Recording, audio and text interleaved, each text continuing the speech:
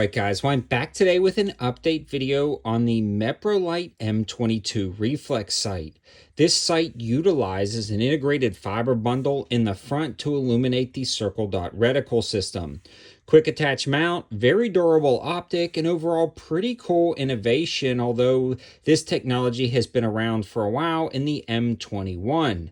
Something to note though, I found that the M22 across the board seemed to be dimmer than the M21 and almost unusable in about half the situations when it came to illumination, whether you were in a darker room looking out into the sunlight or just simply facing the wrong direction at the range while the sun was coming up or down or even in the middle of the sky versus where your targets were, allowing it just to be too dim to engage your target, leading this to be very frustrating in a wide variety of situations. After posting that video, a lot of you in the comments said the same thing. The M22 was disappointing when it comes to usability in different lighting scenarios, and sometimes a $20 Amazon Red Dot was going to be much better in a lot of different scenarios than a more premium Meprolight. Now, with that being said, I also talked to a lot of gun shop owners who also purchased the Meprolight M22 and were disappointed in the brightness, sent it back to Meprolight, and Meprolight said it falls within tolerancing and specs of brightness, and they actually took it off their rifle, set it to the side, and haven't touched it again. Now, Meprolight did send this out to me for a full review, and like always, it was an honest and fair evaluation. I just wish the optic could get brighter. In comes the new light module kit for the M22 reflex sight. This is actually a bolt-on kit, which unfortunately, because of YouTube's policies, I cannot show you, is a clamshell device that goes around and actually has an LED system as well as a power on and off button that illuminates the reticle via these side banks. Now, that actually works pretty darn good. They also have a polarizer kit, which really kind of focuses in, but I found that the polarizer just left a lot to be desired as well, and I honestly am not a huge fan of this polarizer. Maybe the kill flash is pretty cool, but I put this to the side, installed this kit, and it definitely works a lot better now.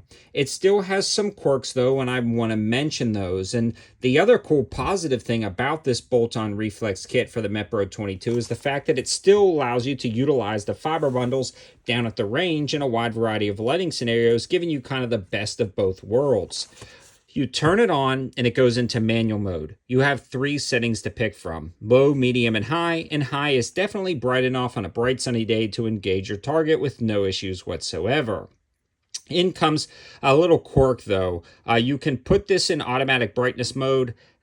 That again leaves some problems if you're in a dark room looking out to light. It gets a little confused about lighting. I just never use auto brightness in any optic, period, and that's not the fault of this. That's just the fault of an auto brightness system in general. But this one actually powers off if no button is pressed for over 30 minutes. So imagine you go on, utilize this optic, turn it on for a shift, and then have to engage a target very quickly, but then find out that your dot is not bright enough. Now you have to turn around and fumble with buttons to turn it on.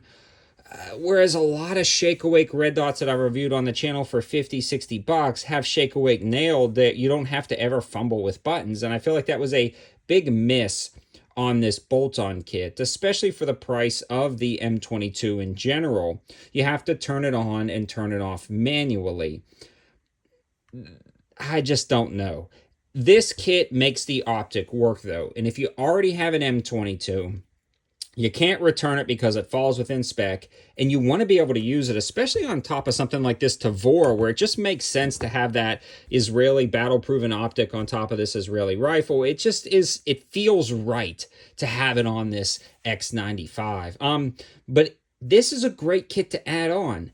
If you are starting from scratch and you don't have the M22 and you're thinking about buying one, know to use it for about half the lighting scenarios that I would personally use an optic in. I needed the M22 light module kit, so just consider that when purchasing it. Right off the bat, wrap that into the cost of everything because you probably will have to get it. Now, Overall, it works. It's been holding zero. It's been functioning great. It's a cool addition. But this is definitely not my first, second, third, fourth, fifth, or even 10th choice for an optic. There just leaves a lot to be desired. The only time I can personally see me grabbing one of these would be to put on top of something like this X95 to really complete out a nice, cool build like this.